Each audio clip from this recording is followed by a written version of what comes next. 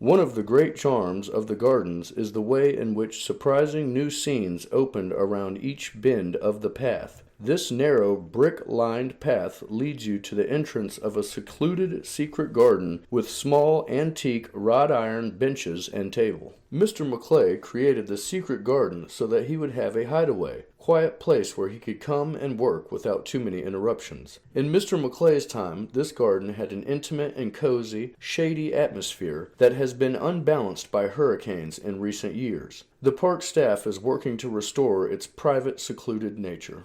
If you visit during the winter and early spring, the scent of several varieties of tea olives perfume the air around the secret garden.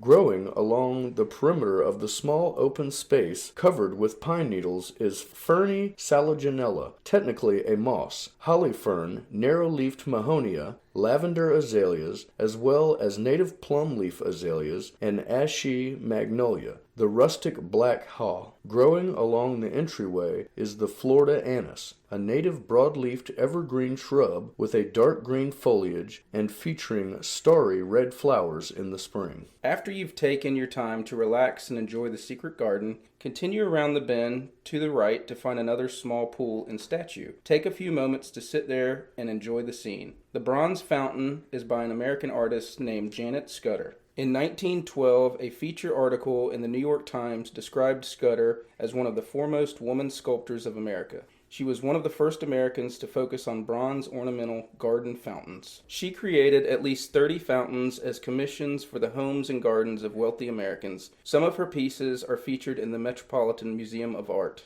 The azaleas planted in an arc behind the fountain and pool are a variety named for the daughter of Mr. and Mrs. Maclay, Georgiana Maclay. Take a moment to marvel at the giant clam shells, shells of the largest mollusk on Earth. Continue down the hill, crossing the line of the vista, and turn toward the right when the grassy area opens up, the azalea hillside, and our next station, the Black Pond.